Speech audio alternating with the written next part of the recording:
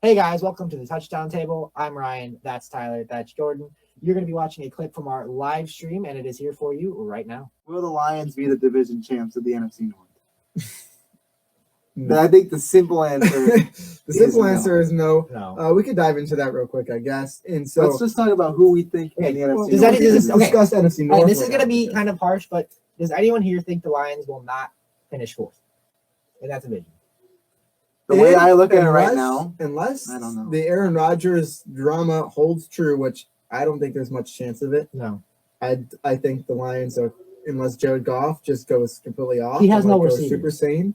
I know he has no receivers. Like literally, like Amon-Ra St. Brown was a nice pick, but that's a fourth round rookie. And then who? Quintez Cephas and did they get Rashad Perriman or something? Like, I don't even know. I think they did. The lack of wide receivers is a problem for the Lions. Yeah. But I mean, you look at the roster; they've been improving every year. So it's not to say they're going to be an awful team this year, though. I mean, the foundation is finally there. I feel like what they're going to do, they're going to spend. They spent this year. You know, Jared Goff is a placeholder. He's a placeholder for, in my opinion, a young quarterback that they'll draft in anywhere from 2022 to 2024. So, but between now and the time they draft that young quarterback of the future, they're going to use their draft capital and free agency, getting guys like Penei Sewell, like Amon-Ra St. Brown, other guys that they'll bring in the future. They're kind of trying to build the situation around the future quarterback. Yeah. They are trying to build things better. So when maybe a future quarterback comes in 2023, hey, we've got these young receivers here already, you know. And again, it's like it's kind of like it's a unique like the Jaguars process. kind of, you know what I mean? Yes. Like their rebuild where they were just kind of like, get everyone out of here and let's trade them and let's rebuild from the foundation. Get the number one pick, get Trevor Lawrence, get Tim Tebow, of course, and some other people as well. It's going to have to be probably a more patient rebuild for the Lions, but they're ready to do it. And I think that they have the foundation there, as Ryan said. They have the young guys, and they just got to hit on some draft picks, get in the right spots on some draft picks. And I think they have a shot to rebuild. And so I don't think they're finishing anywhere but fourth in the NFC North.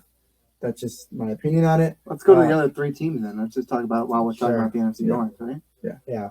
Who wins that division? I mean, right now it's tough to say because we don't know what's going to happen with Aaron Rodgers, who is the Green Bay Packers team. Not literally, but basically, yes. So we don't know what's going to happen with that. But let's just go through the other three teams. Where do you guys think they land? I could start if you guys are ready. Go ahead. Okay. I'm assuming Aaron Rodgers is coming back. I don't see anything in him that would say he's leaving Green Bay. And so that leads me to believe that the Packers are going to continue their dominance. They'll be at 1. Vikings is a question mark. I don't like the Vikings. We're well aware of this. Yeah. If you watch like half the videos on this channel, Jordan will bash the Vikings at one point. As a Bears fan, which you could tell by stuff over here, on both sides of us, we're Bears fans, except for Ryan is a Texan fan. As a Bears fan, I'm told I must hate the Packers, but I hate the Vikings. Not a huge fan of Kirk Cousins, and so let's go Kellen Mond, even though I don't really either, but that's another good story.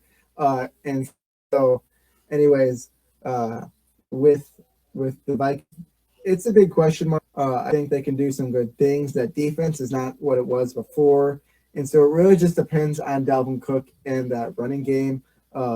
That's kind of what the Vikings are to me now. Depends on how Cook's going to play. It depends on how that line's going to block. And then Kirk has to do some things through the air. I think Thielen, when he had good games last year, is when the Vikings played the best. But if Thielen's not going off and Dalvin Cook isn't literally just ripping people apart, then I think the Vikings are kind of weak. So they need kind of two guys to step up, and everyone else is just kind of there, in my opinion. And so I think they'll probably be a bit over 500, but they're not really a crazy elite team. They have a chance to compete for sure. They're just a big question mark for me. And then the Bears. Well, let's remember the schedule the Vikings go on. Playoffs, miss the playoffs. Playoffs, miss the playoffs. Last year they missed the playoffs. They're due for a playoff appearance this year, and I think they have the foundations to do that. I do think they're going to be the second best team in this division.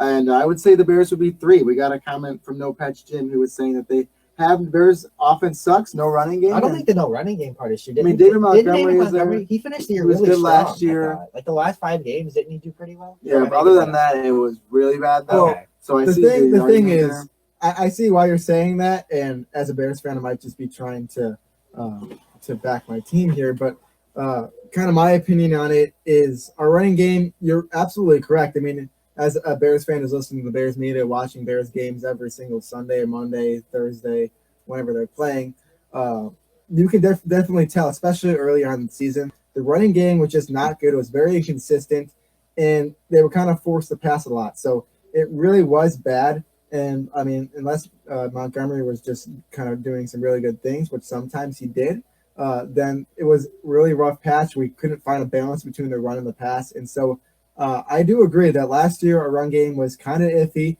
Montgomery's still not a bad running back, but just because you have a good running back doesn't mean you have a good run game. I know it sounds weird, but Tariq Cohen was out as well for a long time. Tariq Cohen was out. And so I think the main thing was the offensive line. I like David Montgomery. I think he might be a bit slow, but he's certainly a good back. I love his vision, love his game.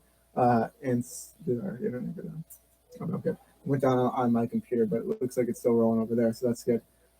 As I'll just get this up right now. Anyways, though, I think we've improved our offensive line, which will, of course, help David Montgomery. Getting Kevin Jenkins in the second round, trading up for him was, I think, such an awesome move. But as much as I loved getting Justin Fields, that might be our best move of the draft, and that's saying something after getting a quarterback now. And so with the offensive line being improved, I think the run game will improve alongside that. If the Bears can't find a balance between the run and the pass, then it's going to be a problem, just like it has been the past many years under Nagy. So that's something that they'll certainly try to address. As Coach Matt Nagy always says, we have to find our identity. A Bears fan's worst nightmare to hear every single Sunday, but it's true. We do hear it all the time. Every single week. Yeah, but also, as every head coach does, he said we had a great week of practice because what team doesn't have a great week of practice? We always have to have a great week of practice. All right, so let's wrap this part of it up now. With that, we'll see you guys later. See ya.